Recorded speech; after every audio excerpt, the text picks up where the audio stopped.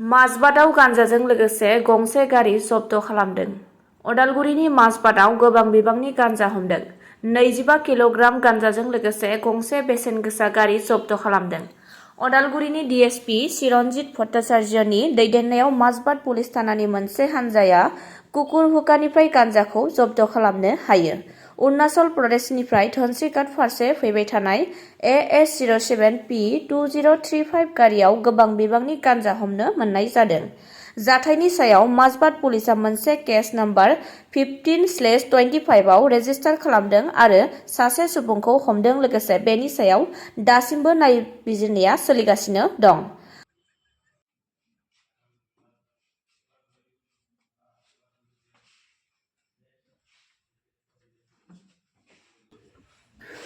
माजबादाव गान्जाजों लोगोसे गंसे गारि जब्द खालामदों।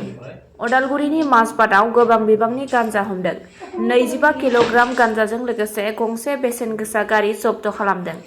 अदालगुरिनि डीएसपी चिरन्जित भट्टाचार्यनि दैदेननायाव माजबाद पुलिस थानानि मोनसे हान्जाया कुकुरहुकानिफ्राय गान्जाखौ जब्द खालामनो हायो। अरुणाचल प्रदेशनिफ्राय धनस्रीघाट फारसे फैबाय थानाय AS07P2035 गारियाव गोबां बिबांनि गान्जा हमनो मोननाय जादों। जाथायनि सायाव माजबाद पुलिसा मोनसे केस नम्बर 15/25 आव रेजिस्टार खालामदों आरो सासे सुबुंखौ हमदों लोगोसे बेनि सायाव दासिमबो नायबिजिरनाया सोलिगासिनो दं।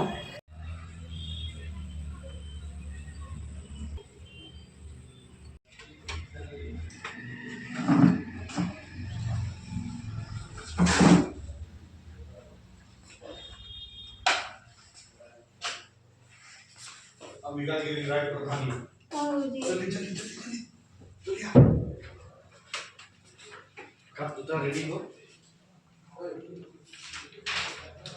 माजबादनिफ्राय जतिन नाथनि रिपर्ट NBT लाइभ।